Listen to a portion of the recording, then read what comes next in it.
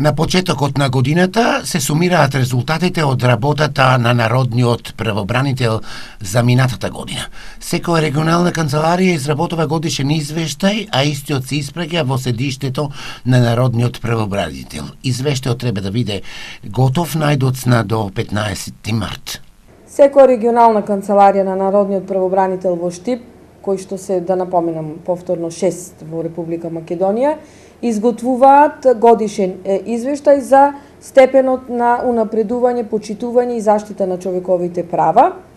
за работата на регионалната канцеларија на која територија постапуваме. Потоа тие извештаи се испраќаат во седиштето на Народниот правобранител, каде што и се изготвува еден сублимат, еден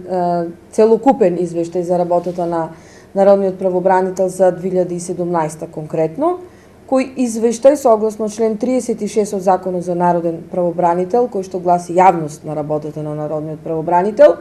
се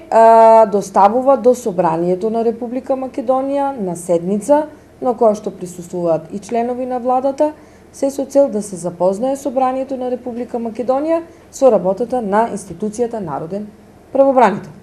Како и секоја година, така и 2016-та најголем број од представките се однесуваат на незадоволството од донесени судски и јавно-обвинителски одлуки и од незадоволството за блокирање на сметки од страна на извршителите. Тука се и представките од радиодифузната такса, во која што спаѓаат незадоволство од донесени одлуки на судски јавно-обвинителски органи, незаконско блокирање од страна на извршителите,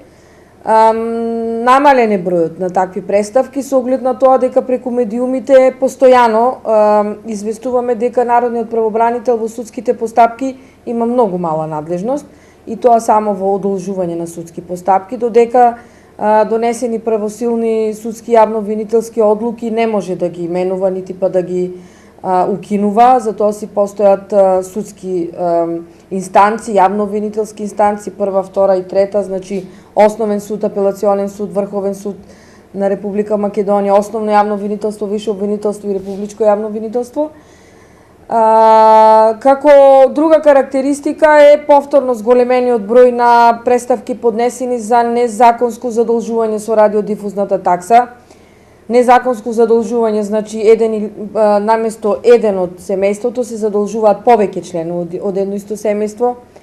До Народниот правобранител има и представки од областа на социјалната заштита, пензијско-инвалидско осигурување, кои најчесто се однесуваат на незадоволство од одложување на постапките во второстепените органи по поднесените жалби на решенија донесени од првостепените органи.